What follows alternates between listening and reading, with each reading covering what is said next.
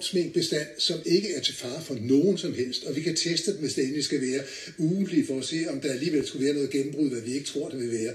Så det er fuldstændig sikkert at lave det her. Og så skal vi øvrigt sige, at der er masser af andre dyr, for eksempel alle huskatte, de er jo også modtagelige for det her covid-19-virus, så det er jo altså lidt meget trist, det skal gå ud over vores minkavlere.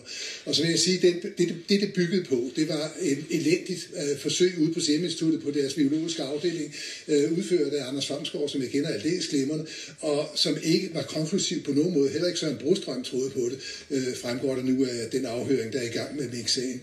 Så det er altså, det lyder smukt, det vores minister siger, men det er forkert. Så det handler simpelthen, som jeg hørte dig sige, det handler simpelthen ikke om sundhed og sikkerhed. De ting, de er på plads. Det kan godt være, at der er nogen, der bilder ham ind, det er sådan, men det har ikke været Søren Brostrøm i hvert fald. Og det har muligvis været Serum Instituttet, det har det jo været, de holder så krampagtigt fast på det, de har sagt, fordi vi ikke indrømmer en fejl, selvom alle andre har sagt, at det her forsøg er ubrugeligt til at afgøre det.